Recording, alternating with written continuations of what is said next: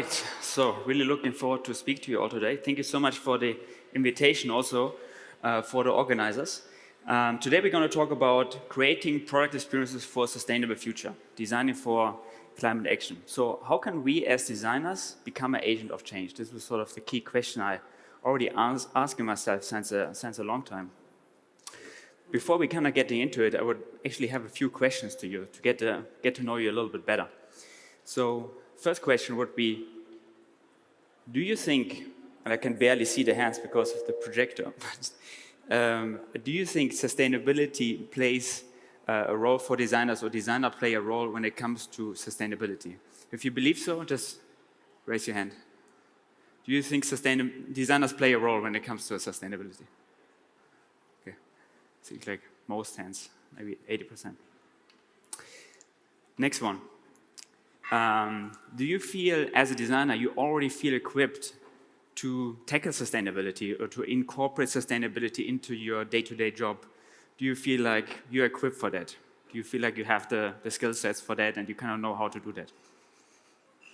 Okay, not many hands. Glad you came today. But and the next one is, do you think information technology, meaning our phone, television, our computer, do you think this takes up more than 10% of your personal carbon footprint?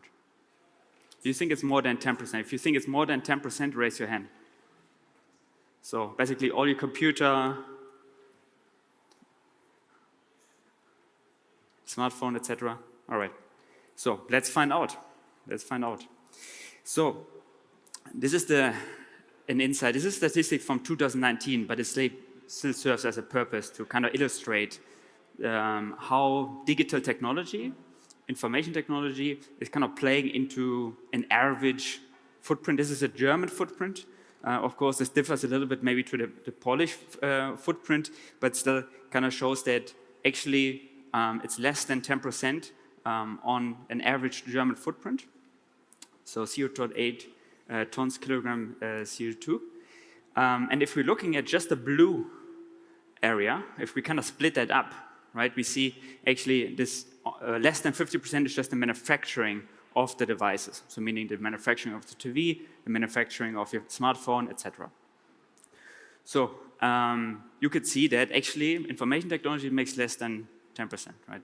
So we could say as designers, well, we don't play a big role maybe in all of this. It's actually not so relevant, right? I actually think it's actually a complete opposite. Even though information technology plays just a very small part, or let's say less than 10% of your overall personal footprint, I still think it plays a big role because, in fact, information technology influences everything else in our life as well. So the content we consume, the solutions we're using, the products we're using, they all play a role in terms of what other decisions we make in our life. So I would actually say as designers, we not just play in the information technology and the digital technology area, but we actually play a role when it comes to everything. Because we can use the solutions we're building, the products we're building to make a bigger change. So a little bit about background about me, sharing you a little bit the learnings and how I kind of collected these learnings I'm going to share in the talk with you. So on the one side, I worked at BMW for over 5 years on digital automotive experiences. And I'm running a podcast and a conference called DesignWays, which is interviewing design leaders on the positive effect designers can do through their job. And this is a personal exploration I'm on since over 2 years, understanding what is the positive impact we can make as a design community to business, to society, and the world at large. And the last thing is, after leaving BMW, I co-founded a company called Footprint, where we're helping businesses to reduce their emissions. So we're doing 2 things there. On the one side, we have a software where businesses can calculate their carbon footprint and understand how they can reduce their carbon footprint. So really focusing on reduction as a primarily focus. And the second thing we're doing, we do this also in a consulting format, basically a 2-week program called Climate Sprint, where we go into teams, internal teams, companies, and for 2 weeks look into how can we reduce the carbon footprint on a particular topic. Yeah? So 2-week sprint with education and ideation, and then quantification. This is always playing a big role. So which actions would actually lead to which kind of reduction in a company? Because that in the end kind of drives motivation because you have a clear number that you can work towards. So I'm going to talk about 3 things in this talk. The first one is about why we designers play actually a key role when it comes to sustainability, maybe a bigger role than we actually thought about. The second part is I would like to talk with you about like how can we help to make products and businesses more sustainable. And then the last part, I want to give you some quick tips and hands-on advice what you can do in your job to make the products you're working on and reduce the emissions of them. So I think what's really interesting to keep in mind is that the internet is actually the biggest thing we're ever going to build as a species. And this is kind of big to think about it that way. But it's basically a collective effort. We all work on that together. And we as designers, we're in the middle of it. We're shaping this internet, right? And this internet can basically accelerate a future that is more sustainable, or it can actually also create a lot of harm if it's not done in the right way. And we as designers play obviously a key role when it comes to designing all of these digital experiences across the internet. The other thing I like to think about when it comes to design is that I think very often as designers we don't feel like we have enough power yet maybe to make a change. But if you think about the evolution of design, actually the world is more designable than it's ever been. And I love this quote here from Mark Rosten on the fact that if you look maybe 10, 20 years ago, we didn't have the tools that we have these days. We have you can download free design tools to design digital products. We have ability to collaborate online with people across the world. We can print in 3D, 3D printing. All kind of technologies are out there, and we're actually more empowered than ever. So, and we should make use out of that. The other thing to keep in mind is that design is actually a privilege, or being a designer is a privilege, because we're actually in a role where we kind of are part of creating the future.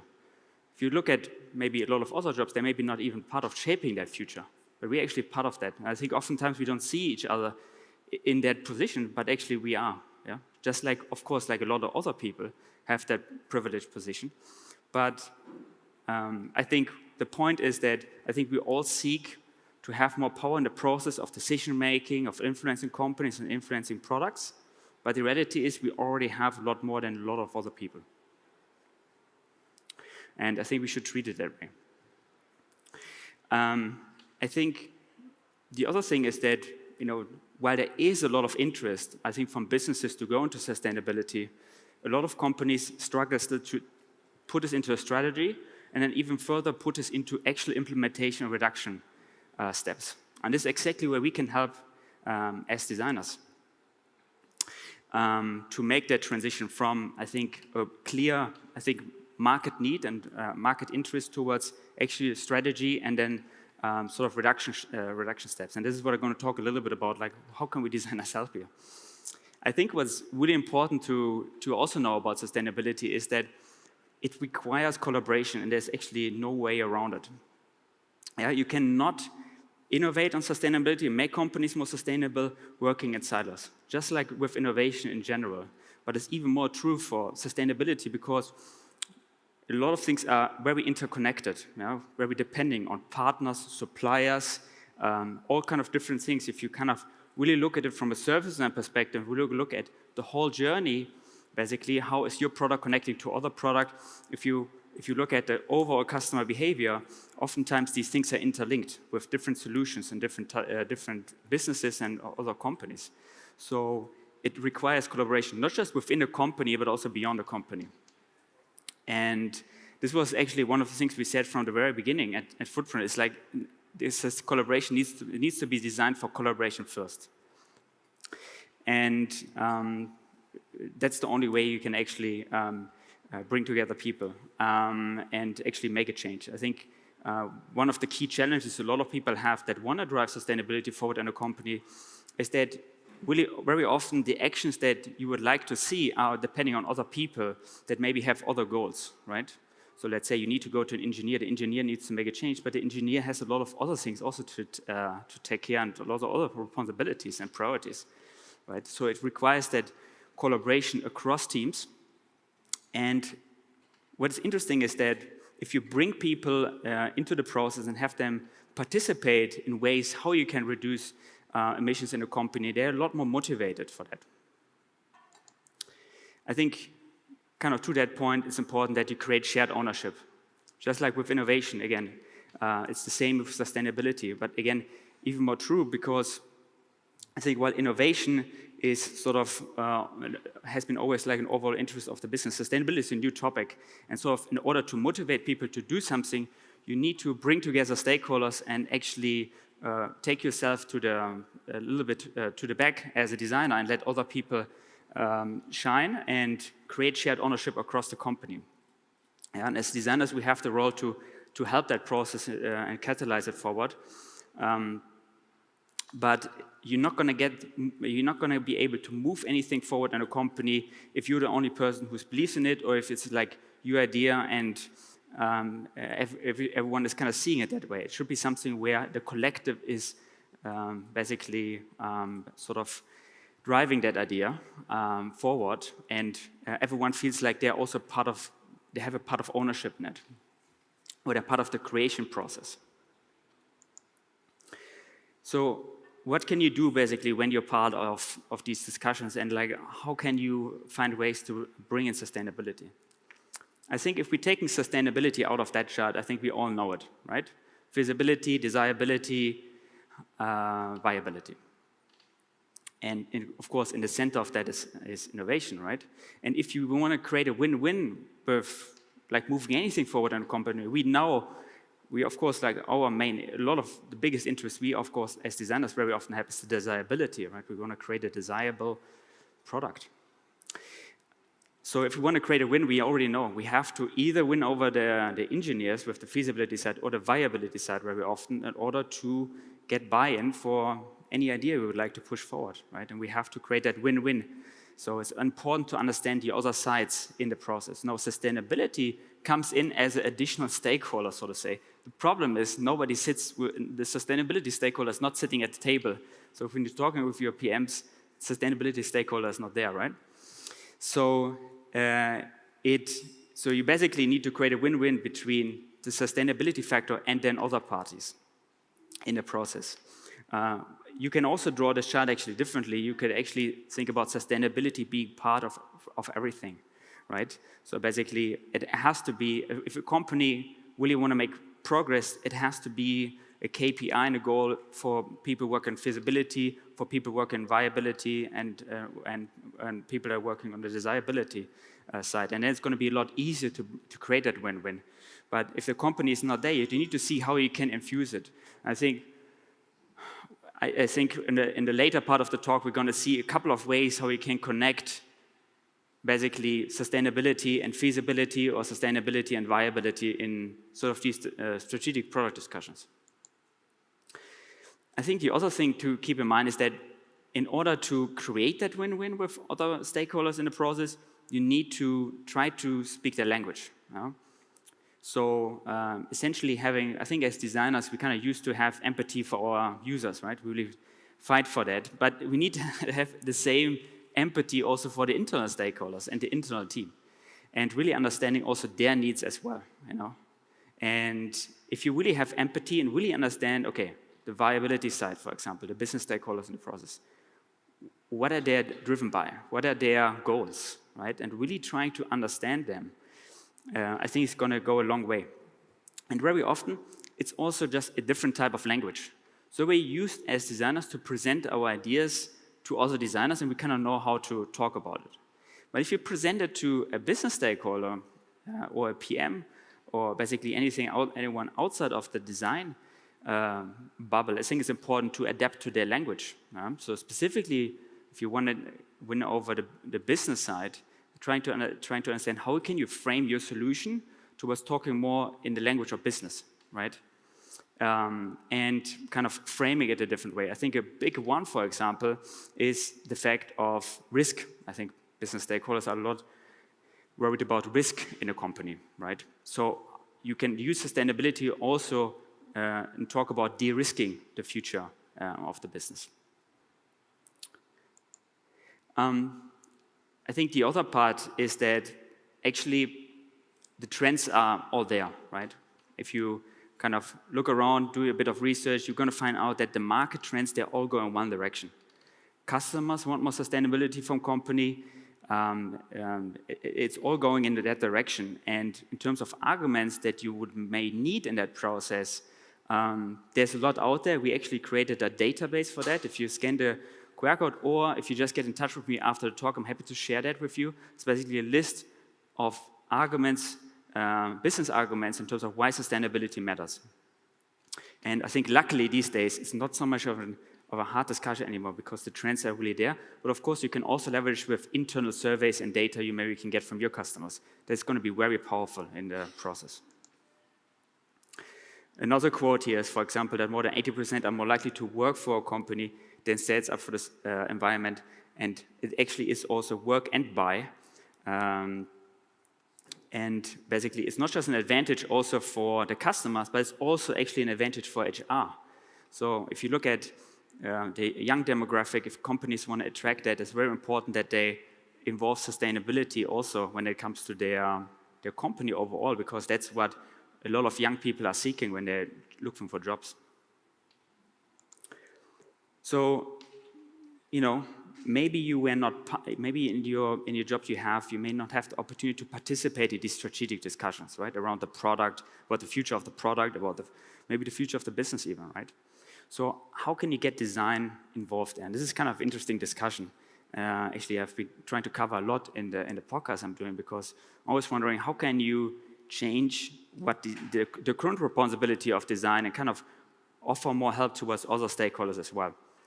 And there was an interesting discussion with Michael Soim here, who was appointed as the VP of design at a company called Grohe in Germany. And I talked to him about, he just got appointed there, and I talked with him about his process coming into the company as the new design leader and how he tried to reposition design. And it's kind of interesting, and this is not just with him, but with many other people I've talked with.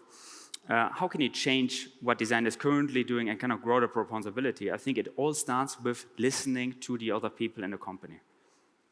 So I think like as designers, of course, we laser focus on the product. We want to make that as desirable as possible and want to evolve it in terms of the detailed experience. But if you want to get design being involved in areas where design hasn't been present yet, you need to have, again, empathy to the other people in the company and try to really understand them, listening. He said, basically, for the first months, he was purely just listening to the problems the company has, right? And if you involve discussion, and if you listen to maybe larger shareouts in a meeting, trying to understand what are the challenges your company is facing, not just you as a designer in your day-to-day job, but what challenges is the people in the company facing? Right? What is the main problem of the CEO right now? What is the main problem of the sales team right now? What is the main problem of the marketing right now? And kind of listening in and trying to understand the problem. And then what he did is, he then just offered help. He said like, okay, well, we're not typically involved here, but maybe we can do something about it, right?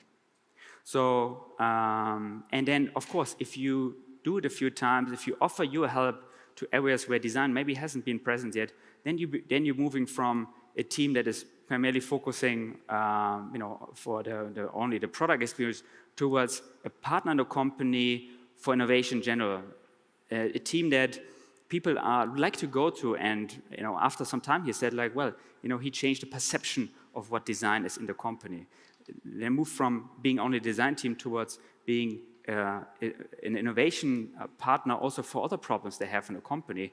And if you try to do this a few times, then you will be seen that way. Even if you're basically the only designer, or maybe you have a very small design team, think about how can you get involved to the bigger problems the company is facing. Because your product experience is just one problem, right? For the CEO or for the business, right? They have a lot of other problems. So you need to really listen to that as well and see how can you contribute.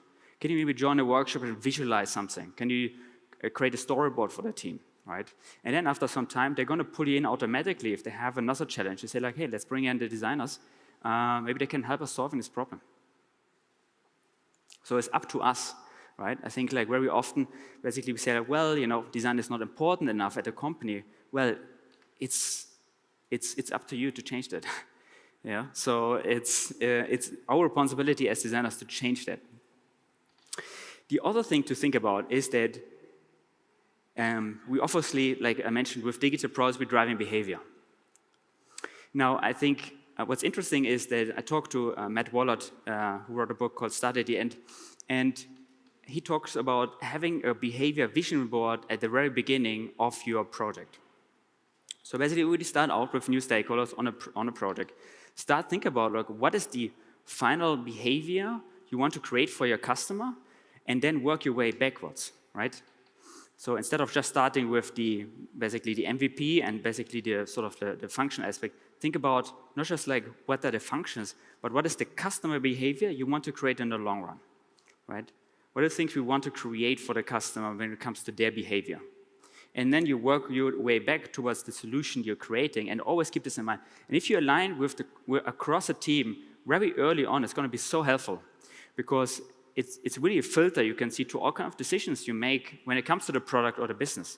And of course, it's not just something where designers are involved. This is actually something that all kind of people are involved. If you look at the sales team, for example, the marketing team, etc., if you align across the company on a customer behavior or like a user behavior you want to create at the very end, then everyone can contribute towards that behavior. And I think that's interesting to think about, like, how can you bring in sustainability as a key aspect here? How can you make that something that the customer maybe feels or is empowered by in your product or sort of as a brand experience? I think like what I learned from all of these discussions with the different design leaders, I think it boils down to sort of like, I think like 2 superpowers we have as designers we should use in that process. And the first superpower we have as designers is something I think we often underestimate because it's so natural to us, is we are really good at materializing the abstract. Yeah? So what we can really help teams with is in the imagination process, helping teams imagine what it could be and turn this into a prototype before writing any code. Because the problem is companies and industries, they have to do a big change now, right? They have to deal with the unfamiliar. And that's a challenge because, the company and the brand has to evolve, right? And it's very difficult for people to make these decisions just based out of an abstract idea or post-its. But what we as designers can do is we can join these discussions and can visualize them. That can be as simple as a whiteboard doodle, but it could also be just a sketch or a prototype, of course, or a video. And we can really help in that process to accelerate things forward. Because if you have that artifact, if you can help teams creating these artifacts about how that brand experience could feel like, that actually it doesn't have to be right from the very beginning. I think probably your first prototype, people are going to say, well, maybe it's not perfect. But what you do is you take it one step further. Now you can take that artifact as a baseline to bring in additional input and move it to the next ideation phase, right? So you help to accelerate that process, because otherwise it's always going to be stuck. And the problem also is in these discussions about the future of the business, a lot of people talking about different things, but everyone has a different image in their head when they hear about certain words, right? So if we think about one word, for example, an elephant, the elephant is going to be different.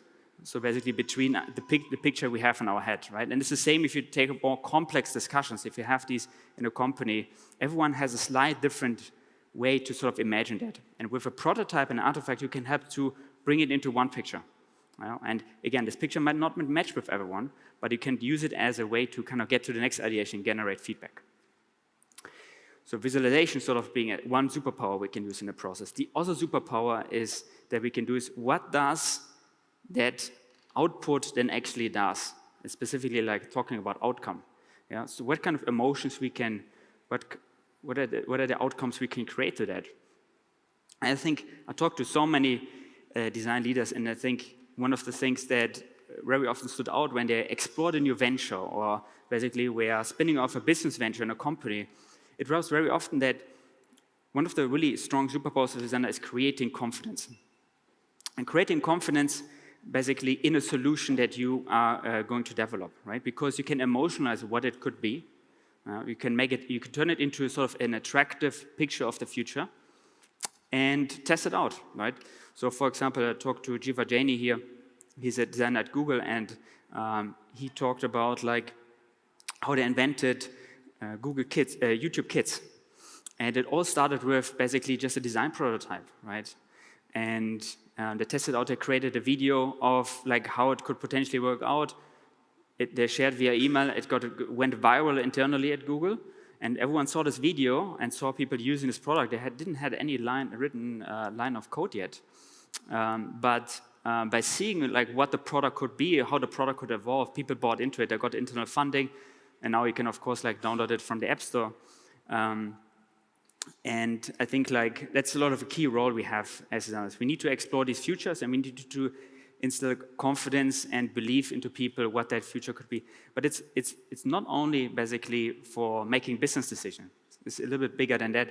It's also for the employees that have to work on that, right? If you sort of go into a certain direction, you have multiple people that need to go into that direction and work towards that every day, right? But if everyone has that North Star in front of them, that sort of vision that you share across the company, then people are going to be a lot more motivated doing their work.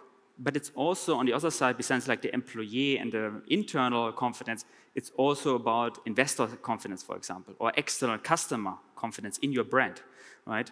Specifically, if you're in a startup, I think that's sort of one contribution we can make as designers. We can help to create confidence, for example, on the investor side, what the product could be, even though maybe your MVP is more technical and doesn't have all of the details yet that you would like an investor to think about. You can help to create that confidence in terms of what the company could achieve. Now, I would like to talk a little bit about more concrete things when it comes to UX UI. Everything before was very much focusing on strategy and sort of product experience and businesses at large.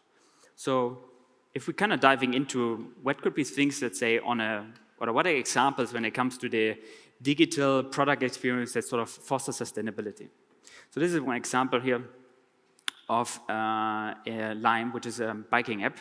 And basically, if you are done with your trip, basically it shows you how much CO2 you have saved by taking a bike, right? And basically, it gives you a very positive feeling. I remember using myself. It feels really great, like after the trip, right?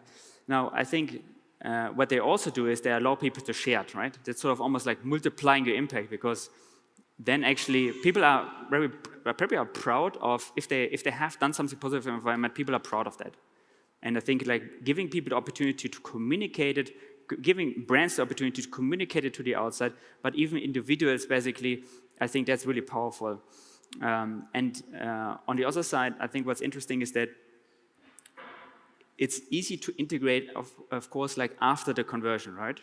So basically, this was after the trip, right? I think if you think about your customer, your product digital customer experience, you're going to notice that when everything that's before the conversion, it's a battleground of which information we kind of show to a user, right? And sometimes you don't want to overload the cognitive load, right? But after the conversion, the transaction happening, it's a bit more open for ideas what you can do, right? And there you actually have the opportunity to maybe display such information, right? And specifically, I think if you can focus on the positive, think about the product that you have and what are positive things that happen to the usage of your product. And you might be surprised, some of the products you work with, you have never thought about it, but maybe if you reflect on it, you maybe find things that your product is doing that are actually driving sustainability that you not even think about, right? And you can celebrate them in your digital experience as well. Another thing to think about when you design digital solutions are these 6 points here.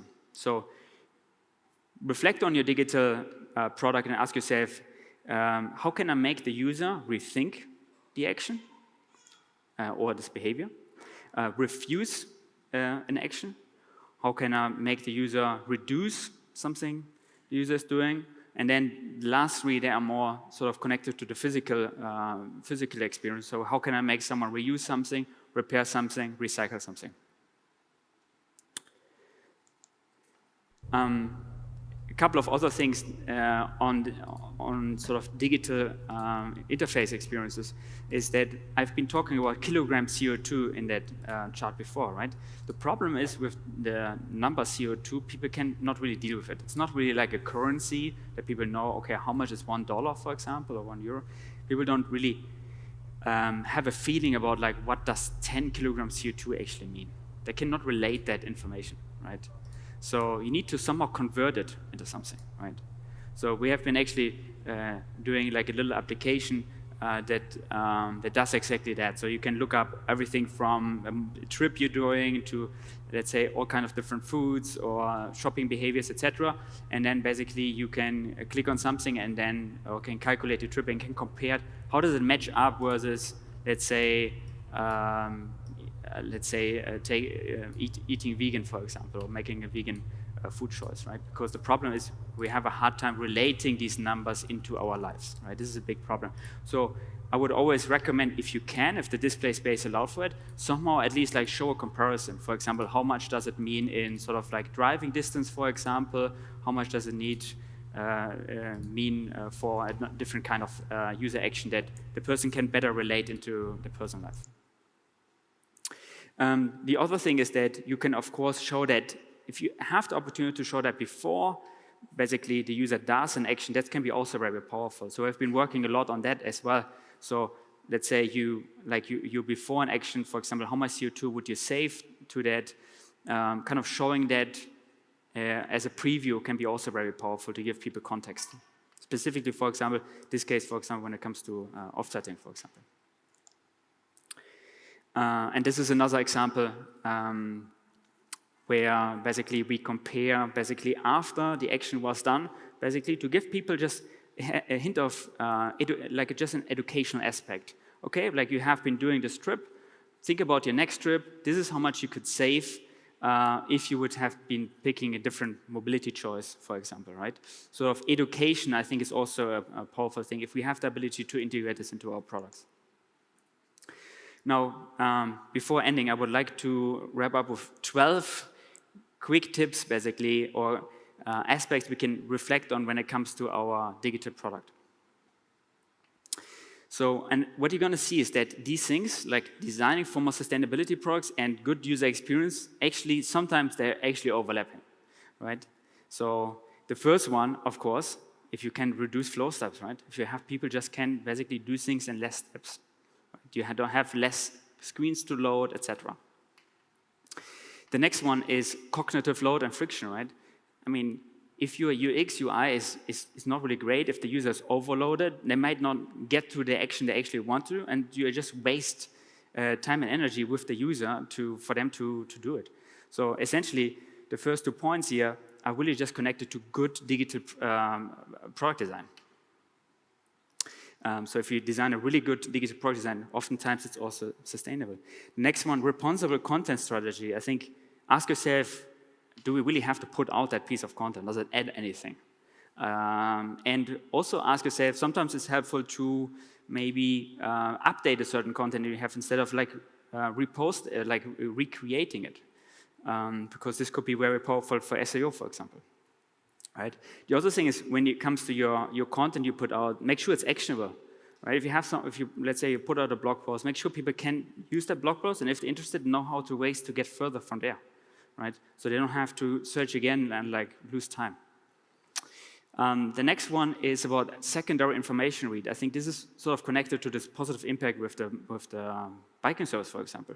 So maybe your primary service is not about sustainability, right? But do you have ways to add a secondary information and educate the user about the sustainability factor when it comes to the product? And again, can you focus on the positive affairs? Is there something positive you could highlight? Or is it an educational aspect you can integrate? Next one is about design systems, right? I mean, this is a low-hanging fruit. Right? If you have a design system, and components can be reused. Specifically, developers can reuse components, etc. And code snippets. That's of course more sustainable. The next one people ask a lot about is like color usage. Okay, people always ask like, what color is more sustainable, right? And you can basically, it depends a little bit on the display technology, but sort of the way you can look at it, the more brighter the color, the more energy it consumes, right? So if you wondered yourself why the slides are black, that's why. An exception is blue. Blue consumes a little bit more energy, but sort of that serves as a rule basically. So black mode is indeed more sustainable if you want to say so.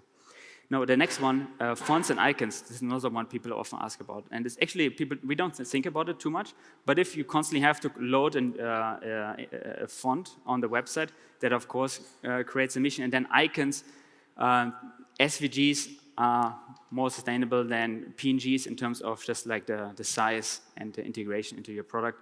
And the last one, this is actually a really big one. And there are ways in your product where you can, on the back end, you can integrate this actually more automated, depending on the display size. But when you think about the image size, this is like a big one actually when it comes to your product and website. If you can reduce the image size.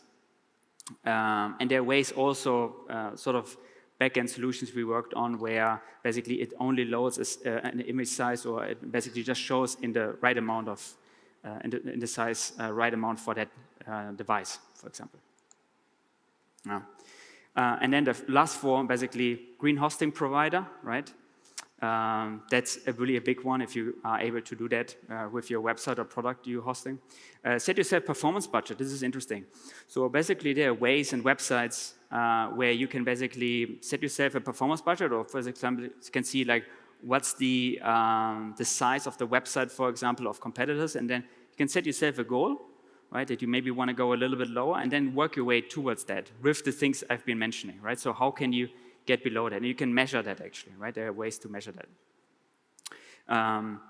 The other thing is like tracking, right? So I think it's very interesting for us to track all kinds of different things, but actually tracking is also, consumes a lot of energy actually. Sometimes the product is even slower in terms of loading speed. So think about yourself, what are the actual things we actually need to track, right? And the last one is using server-side caching. So things don't have to be reloaded. Now, what did we learn? So we learned three things. Number one, as designers, we play a critical role when it comes to shaping products, shaping businesses, and user behavior for more sustainability. Now, the next one we learned, the second thing we learned is we can actually have a lot bigger impact if we are involved early in the process and can basically influence the design, the product brief, right? And then help in sort of catalyzing discussions, right? If we kind of growing our responsibility as designers. And the last one is if you are primarily executing on an existing design brief and it's really hard for you to get involved on the product brief discussion or the business vision, then there are also some small things that you can do that I just highlighted in the last charts.